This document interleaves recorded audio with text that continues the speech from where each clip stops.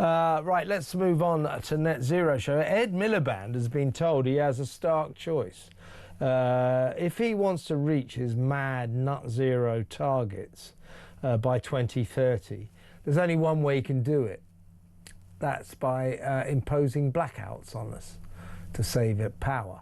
So if he wants to get to his targets, he has to impose power cuts on all of us. If he doesn't impose those power cuts, he won't make his targets in 2030. Knowing that madman, he'll probably give us blackouts. Let's talk to the campaign director at Net Zero Watch, Maurice Cousins. Maurice, hi. This is, in my view, this is Ed Miliband, Crazy Ed's derangement, his net zero derangement, colliding with reality. And he doesn't come out of it well, does he? Not at all. Not at all.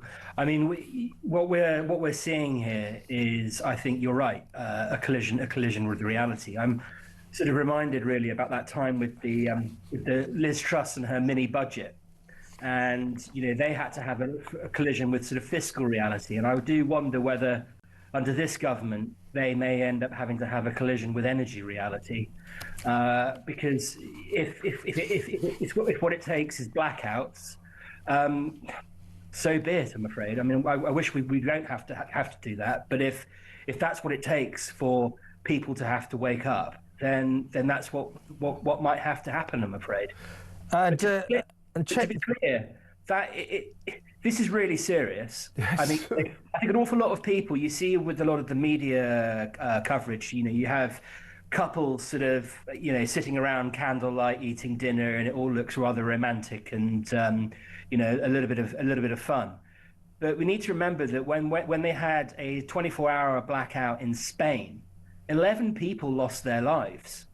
This is really serious. When you get blackouts, it can lead to lives being lost. So that's the trade-off. Yeah, and also when a government starts imposing power cuts on its people, they will vote that government out at the first possible opportunity. So Keir Starmer ought to think about this.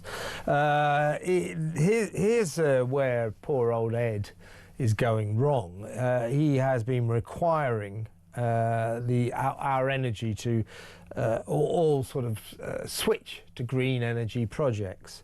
So he's got 340 of these going on, which would change our grid completely so that we're all running on windmills and solar panels. 340 of these projects going on. They were scheduled to connect to the grid this year and next year as part of our drive towards net zero total by 2030. Of the 350 green projects that were scheduled to connect to the grid this year, 210 of them are nowhere near ready and won't be able to do it. This is incompetence mixed with ideological madness, delivering a kind of chaos to the people of this country, isn't it?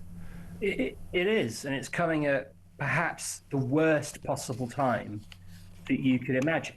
I mean, Kevin, we've just had at the weekend Keir Starmer in Munich talking about the world is hardening and that we need to, get ourselves prepared for, make ourselves more military prepared for what's going on in Ukraine and with Russia. I don't really know how this government proposes that we can actually deter a country like Russia, an energy superpower, when they're unable to build firm power in this country, when they are talking about having to use rationing, which is essentially what they're talking about for our power needs going forward. I mean, it is pretty scary actually when you think about it. And I don't really know where this leads. I mean, I'll tell you where it leads. It leads to decline. That's where it leads. It means we're all poorer. It means our energy bills go up. The cost of living gets worse. Our politics becomes more extreme. And, just Britain becomes a more miserable place to be. overall. It's okay, Maurice, because it looks like Ed Miliband won't be the net zero secretary for too much longer. So we'll be in the clear. The only slight problem is when he stops being the net zero secretary, he could well be our prime minister, which doesn't even bear thinking about. Prime Minister or Chancellor. Sure. I mean, you know, we are, in terms of our energy system, we are in the hands of a deranged lunatic. That deranged lunatic, this is Britain today, that deranged lunatic could, as you say, Maurice, terrifyingly be either the Chancellor of the Exchequer or even worse, the Prime Minister. You know, stop the world, I want to get off. Maurice, really good to talk to you as always. Maurice Cousins, Campaign Director of Net Zero Watch. Bye.